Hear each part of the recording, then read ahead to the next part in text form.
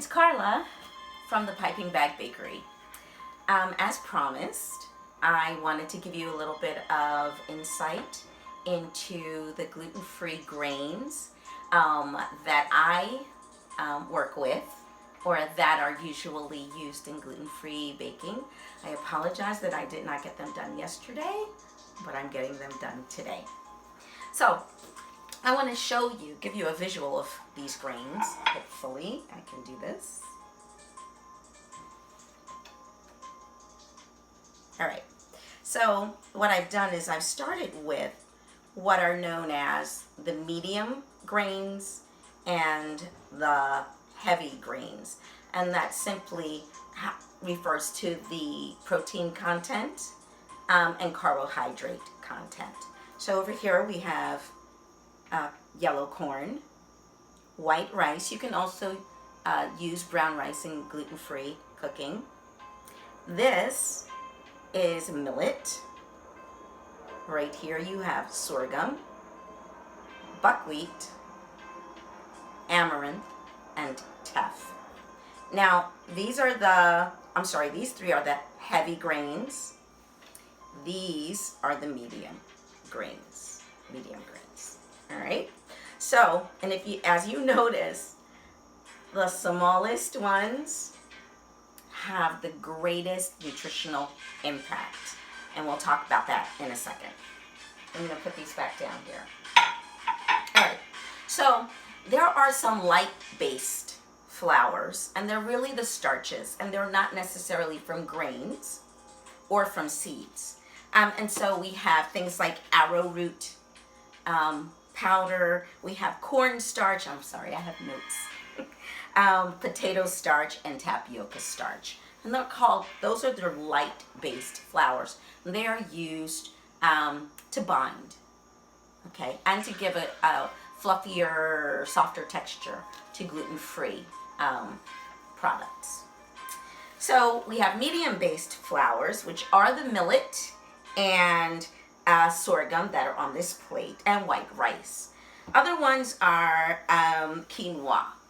Quinoa I do not use only because it kind of gives me the same effect as wheat does. I bloat, I get brain fog, terrible intestinal pain, so I try to stay away from it.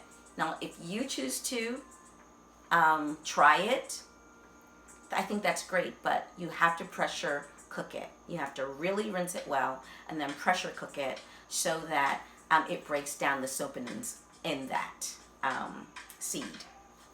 And then the heavy based ones are the brown rice and the amaranth and the buckwheat and the teff and the corn.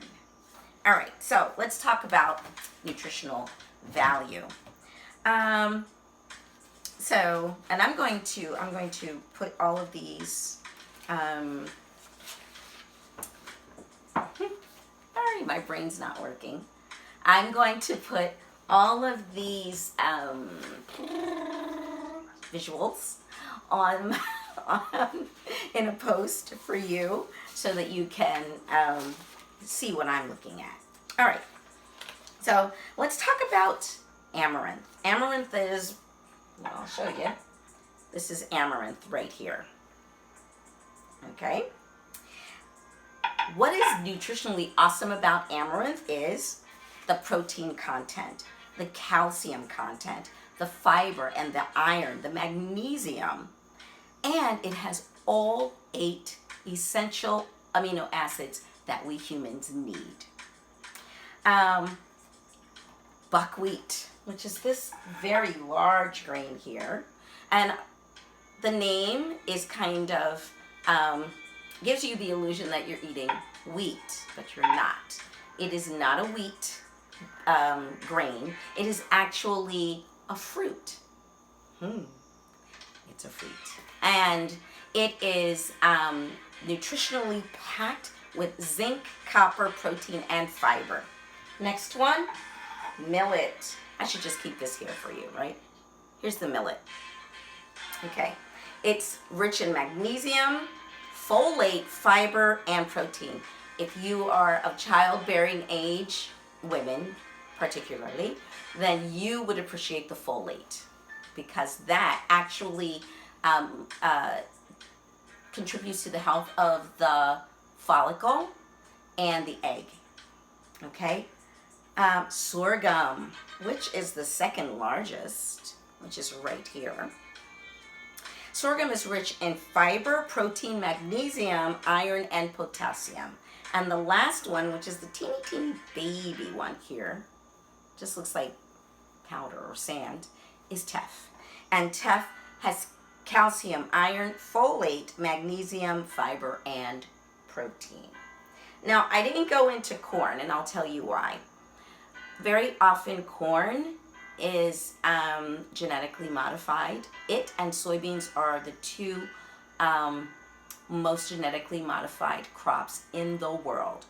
I usually do not use it, and most people with some type of gluten issues don't tolerate corn. Rice, well, we can talk about rice. Rice isn't so bad, but it is very high in carbohydrates, and so produces a lot of opportunity for, I don't know, for our bodies to store it as sugar. All right, so I'm going to quickly tell you a couple of things because I don't want to keep you too long.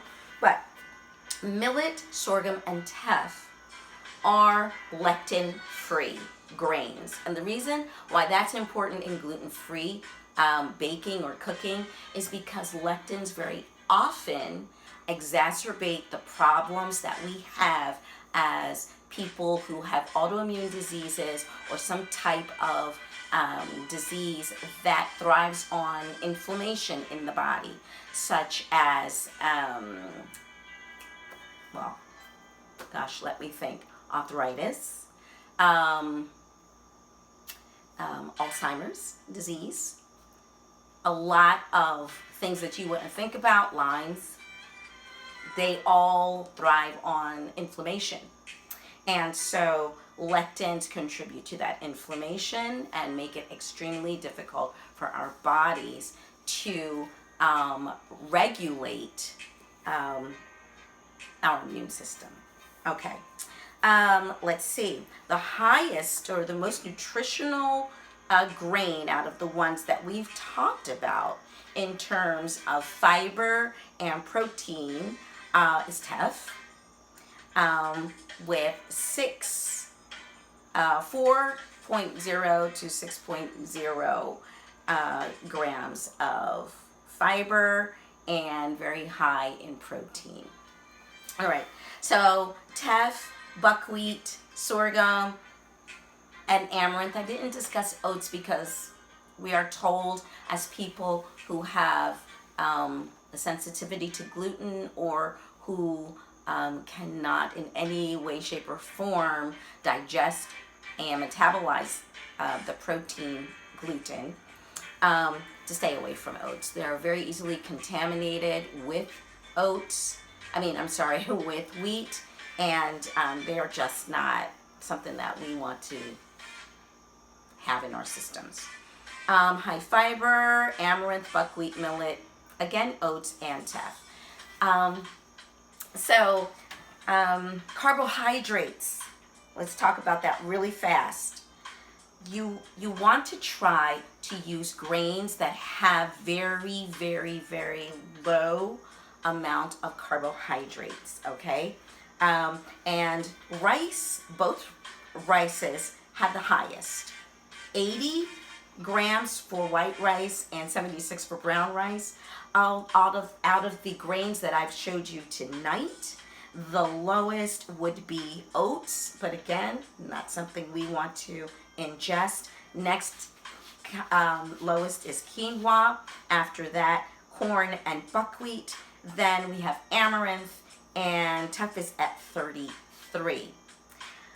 I'm going to say this. These grains, the last teeny weeny grains that I talked about, amaranth and teff, go a long way to helping to lower our blood sugar. So even though they're high in carbohydrates, they are the complex carbohydrates. They do not contribute to our body storing these grains as sugar. Okay, so and then of course I talked to you about the fiber. So those three categories: carbohydrates, fiber, protein,